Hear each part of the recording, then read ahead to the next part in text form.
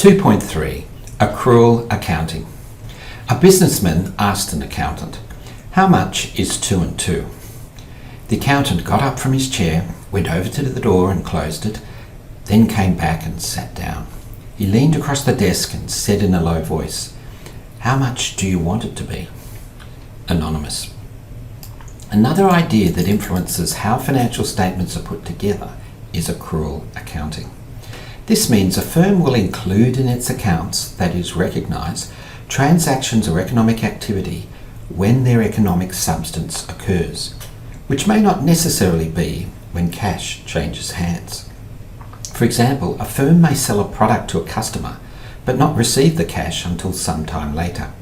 This is quite common in business. For example, it occurs when an electricity company sells us electricity. I only realised electricity was not free when I left home and started flatting as a university student. Suddenly, we got electricity bills every month. We were charged for the electricity we had used for the previous month.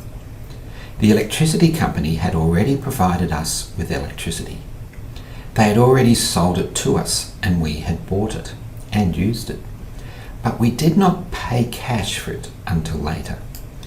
Accrual accounting means the electricity company recognises the sale of electricity to us when it occurred, regardless of when cash changes hands. The electricity company in its accounts would record the sale of electricity to our flat and to all its customers as we used it, even though they would not receive the cash until later. Sometimes customers can pay cash before they buy the product or service. I often catch a bus that goes between Yeppoon on the coast and Seeker University's Rockhampton campus on the northern edge of the city. Rockhampton is inland from the coast on the Fitzroy River. It is about a 35-kilometre trip each way. The trip is mainly through bush as the bus hurtles along the Yeppoon to Rockhampton Road at around 100 kilometres per hour. People can flag down the bus on this road, and when someone does, the bus slams on the brakes and passengers cling to their seats. I've never experienced so many G-forces on a bus before. The bus company is called Young's Coaches. It is one of the businesses in Figure 11 in Chapter 1, and I pay for my trips on Young's buses using my yellow and orange Easy Travel fare card. I need to first pay money onto my Easy Travel card and then swipe my card on a reader on the bus every time I catch it between Yeppoon and Rockhampton. The trip costs about $5 each way. I usually put $50 on my card at a time and then run it down to around $5 and then put another $50 on it, and so on.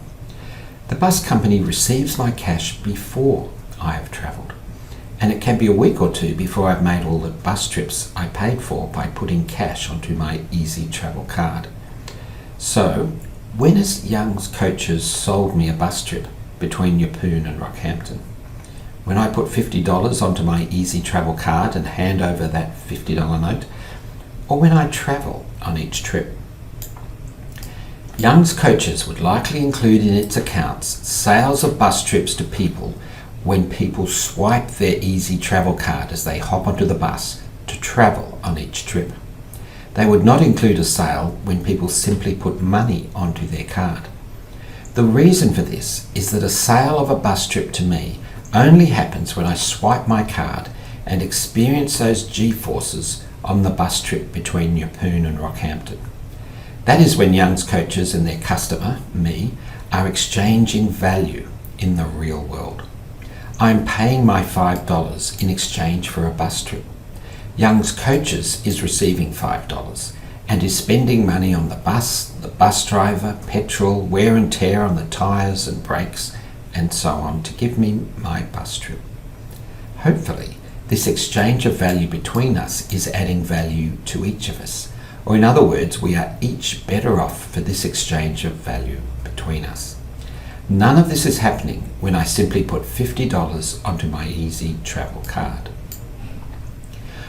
Why do we care?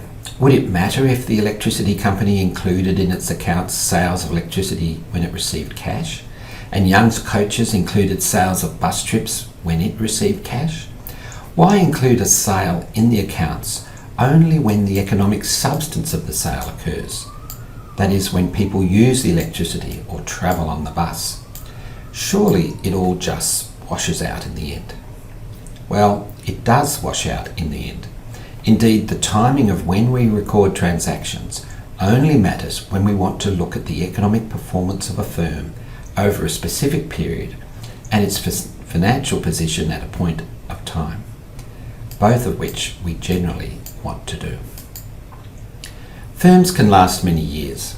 For example, BHP has a market capitalisation of about $110 billion. It can trace its history to 1885 when BHP started a silver, lead and zinc mine in Broken Hill, New South Wales, Australia. Since firms can last for many years, they typically report periodically on their performance.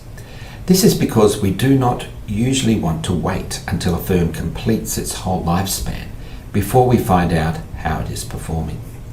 In the case of some firms like BHP, its lifespan may be very long.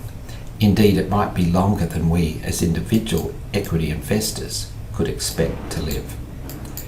Various people with genuine interests in a firm want to know what is happening to a firm at regular intervals during its life. To do this, financial statements are prepared using accrual accounting rather than cash accounting.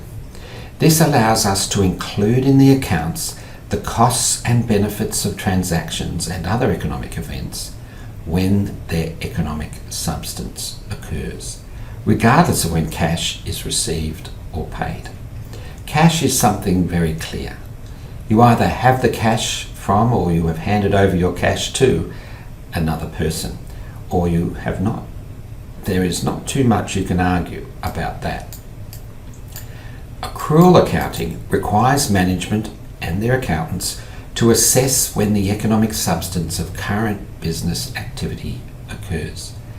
This can be subjective, meaning different people might have different ideas about it, and will require management to make some assumptions and judgments.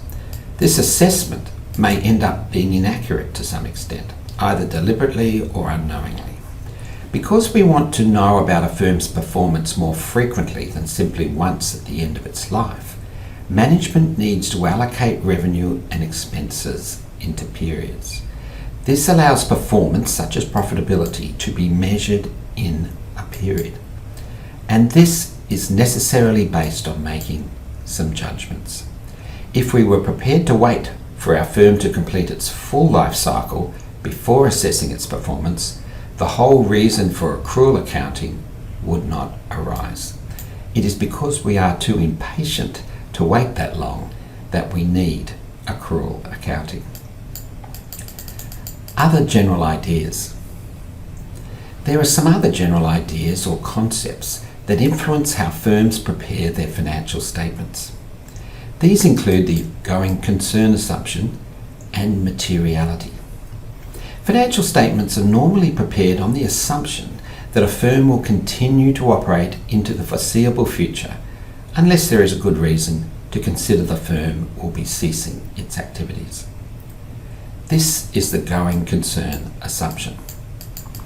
If a firm should suddenly cease its activities, then it may need to quickly sell and dispose of various assets such as its inventories, usually at much lower prices than if it was selling them in the normal course of business. A few days after the September 11 terrorist attacks on the World Trade Center and the Pentagon in the US in 2001, Ansett Australia, a major domestic airline in Australia at the time, had its own crash. It was not two planes crashing into the World Trade Center, another into the Pentagon and a fourth into a field in Pennsylvania. It was the whole airline that collapsed. Ansett Airlines went into liquidation, which means it ran out of money and ceased trading. Suddenly, it had a lot of planes in various airports around Australia that it needed to get rid of, a very large number of staff it needed to retrench, and airport terminals it no longer needed. This meant the value of many of its assets, including its brands, were now worth much less. The failure of ACCT Australia is the largest corporate failure in Australian history in terms of the number of staff affected. None of this possibility of corporate failure would normally be reflected in the value of various assets in a firm's accounts because of the going concern assumption. Another idea or concept in accounting is that of materiality. A piece of information is material if it is likely to affect, particularly adversely or negatively, a decision by people using a firm's financial statements. If it is not, then that information does not need to be disclosed separately in a firm's general purpose financial statements. There is a lot of detail about a firm's activities buried within various items in a firm's financial statements. Those preparing financial statements need to make judgments about what items might be material to people using the financial statements and so should be disclosed separately. We have discussed how accounting is not just a series of rules people need to follow. There is a lot more to the game of accounting than that. Just as there is more to a game of FIFA 22 or Civilization 7 than a simple list of rules. When putting together a firm's financial statements, a range of judgments are made by management and their accountants. These might be judgments about when to include items of revenue or expenses in their firm's accounts, how to interpret and apply various accounting standards and concepts to the specific situation of their firm, and what assumptions they should make, such as the going concern assumption. These judgments influence how management represents in the virtual reality of their firm's financial statements what their firm is doing in the real world. In the next section, we'll see that just as the material in our clothes can be of different quality, so also can information in a firm's financial statements. It is easy to see how long a firm's financial statements are, and some firms' financial statements can be very long indeed. But what about the quality of the information they contain? Just as we might want to feel the quality and not just the width of the material being used in our clothing, we will now start to develop a bit of a feel for the quality of information we might find in our firm's financial statements. 2.4. Quality of information. Quality in a product or service is not what the supplier puts in. It is what the customer gets out. What is of use to them and gives them value. Nothing else constitutes quality. Peter Drucker. Management and their accountants could include all sorts of information in a firm's financial statements. They could guess some of the numbers. They could include numbers they hope will occur in the future. And they could fill up their firm's financial statements with a whole lot of information no one is really that interested in. They could also present the information in a way that is very difficult to understand and in a way that is very different to the way other firms present their financial information. These qualities of the information in financial statements could make a firm's financial statements less useful in helping us gain insights into the economic and business realities of firms. As you look at the financial statements of your own listed company, you'll need to gain your own feel about the quality of the accounting information you're reading, and not just its length. 2 key qualities. There are some qualities accounting information needs to possess if it is to be useful to help us connect with what is really going on in a firm. The 2 key qualitative characteristics information in a firm's financial statements should typically possess are relevance and faithful representation. Without these qualities, financial statements would not be very useful and indeed could easily be misleading and worse than useless. Relevance means the information should be likely to influence my decisions. In other words, we should be able to do something with it. A piece of information is relevant if it helps me to act and make decisions. Faithful representation means I can depend on the information to show me accurately, without bias and with minimal errors, the underlying transactions of a firm. In other words, it helps me better understand and gain insights into the economic and business realities of a firm because it is not distorted in some way, either deliberately or accidentally. It helps me know what is really going on in a firm rather than tell me stories management might want me to hear. Taken together, relevance and faithful representation would be qualities of information that help me understand and connect to those key economic and business realities of a firm that really matter to me. A manager's forecast of earnings of a firm for the next few years may be very relevant. This is because a firm's future earnings are a key driver of its value today, and is something I would like to know about because I could act on it and do something with that piece of information. But it may not be a faithful representation of what actually happens. This is because it is about the future, and there is only one thing certain about the future, that is that it is not certain. For example, this occurs with information about global warming. Forecasts of sea levels and temperatures based on growing levels of carbon dioxide in the atmosphere are certainly very relevant when considering this issue. However, their faithful representation of what will happen is less clear because the future has not yet happened. But we will find out soon enough, I suppose.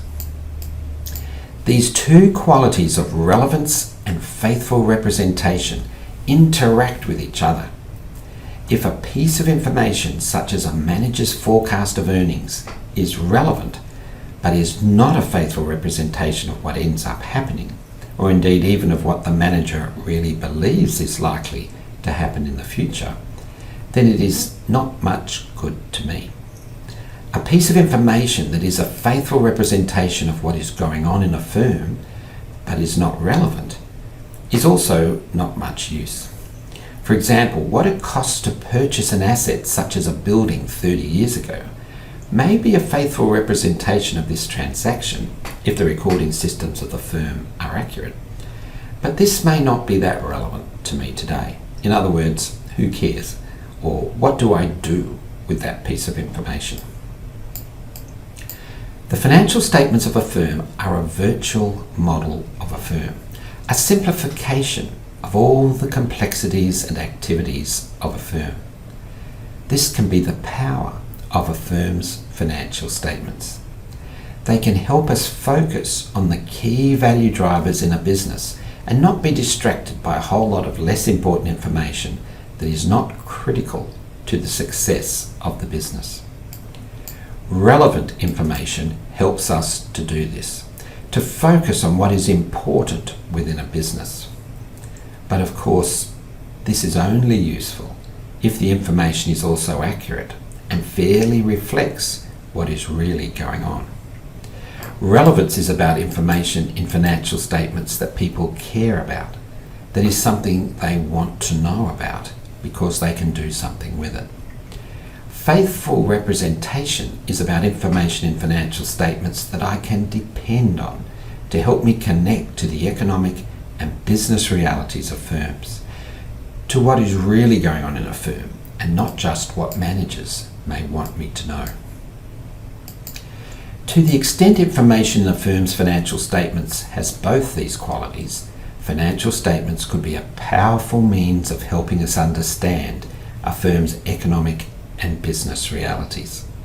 To the extent it does not, well, that is not so good. So, an important aspect to consider when looking at your firm's financial statements is to ask yourself how relevant the information is and how likely it is to be a faithful representation of what is really going on in your firm. Where information is sufficiently both relevant and a faithful representation, other qualities of information in financial statements can enhance or support the usefulness of the information to us.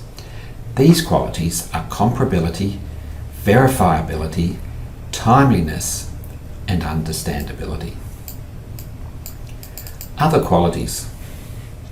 Comparability refers to our ability to make sense of changes that happen in a firm's financial statements over time, and to make sense of differences between the financial statements of a firm and those of other firms. This quality is all about consistency. Now, it is possible to calculate various items in a firm's financial statements in different ways. If each year a firm keeps changing the way it calculates certain items in its financial statements, this will reduce the comparability of the firm's financial statements over time. Also, if two firms calculate certain items in their accounts in different ways, their financial statements will not be comparable with each other. When you look at your firm's financial statements, you will see they contain a lot of footnotes. The first footnote, which is not a footnote at all but will appear after your firm's financial statements and before the first footnote, will describe your firm's accounting policies. It will describe how your firm has calculated or put together various items in its accounts. Besides coming first before the footnotes, it is also usually by far the longest footnote in a firm's financial statements. It is a most important footnote in your firm's accounts. One reason for this is that it will set out any changes to your firm's accounting policies over time. And it also allows you to compare your firm's accounting policies in any specific area with those of other firms. Now, it is not much use if information is comparable over time for a firm and between firms if it is not relevant. That is, I cannot do anything with it, and is not a faithful representation of what is going on in a firm. That is, I cannot depend on it. So comparability is of secondary importance to relevance and faithful representation. But relevant information that is a faithful representation of the firm's activities is enhanced by being comparable over time and between firms. Verifiability supports people to be able to use accounting information with confidence. Information is only useful to us if we have the confidence to do something with it. For example, Einstein's general theory of relativity, which sees gravity as the experience by us of the effect of large masses such as the Sun or Earth bending time and space, was a wild idea when Einstein developed it between 1907 and 1915. His theory suggested light, which normally travels in a straight line, would bend by a certain amount as time and space bent around large objects, such as the Sun or the Earth. We are much more used to this thinking about gravity today, with ideas such as black holes sucking in all the light and everything else into themselves with their enormous gravitational pulls.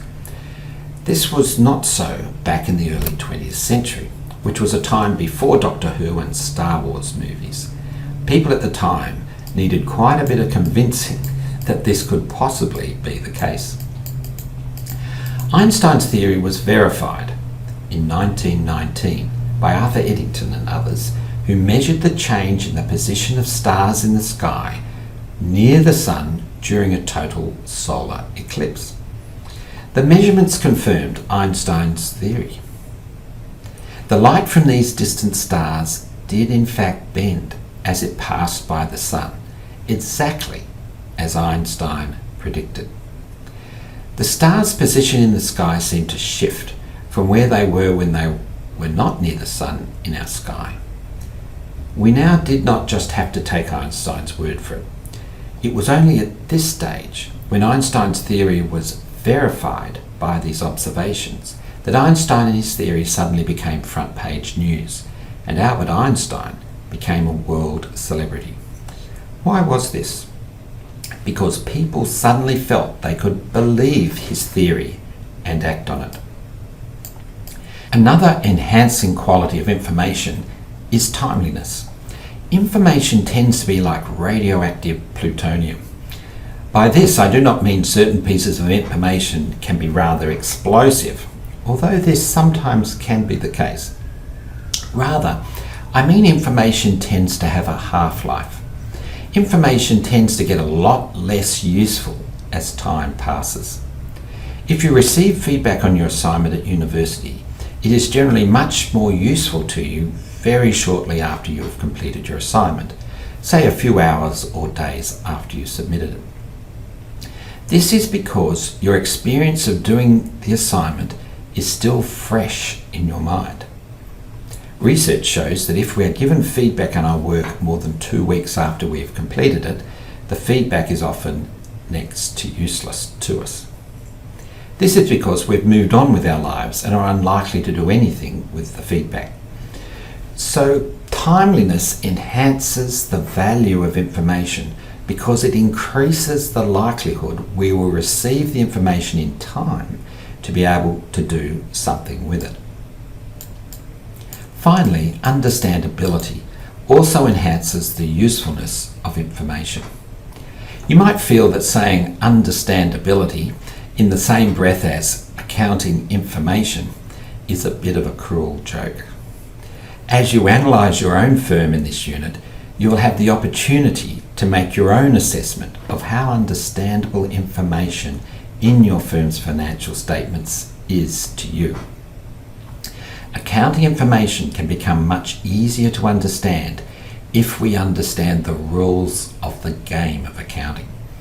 As we better understand the rules of the game, we can better use accounting information to help us know what is going on in our firm. In this section, we have seen information in financial statements can be of different quality and not just of different length or width. We've seen that relevance and faithful representation are central qualities financial information needs to have to be useful to us. Given a piece of accounting information has both these qualities to a reasonable extent, then the qualities of comparability, verifiability, timeliness, and understandability can enhance its usefulness to us. A piece of information becomes more useful to us if it is consistent over time and between firms, if we can have confidence in it because it can be verified, if we receive the information in time, and if we can understand the information sufficiently to be able to do something with it. As you analyse your firm, you can ask yourself what your experience is as you read your firm's financial statements and experience the quality of the financial information for yourself. For quality of information is what a user of that information gets out of it. It is your experience of using the information, not what accountants or management have put into the information. Conclusion.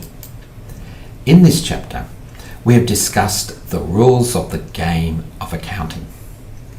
It is simply an introduction to these various rules, a sort of simple guide to some of the key rules of the game. But this begs the question, is it a game? When we read a firm's financial statements, are we being marketed to or spun a story? Or are we being given a window into a firm's economic and business realities? Are a firm's financial statements something we can use to help us better understand the economic and business realities of firms? In the next chapter, we will continue to consider this issue as we are introduced, perhaps for the first time, to financial statements and what they might have to tell us.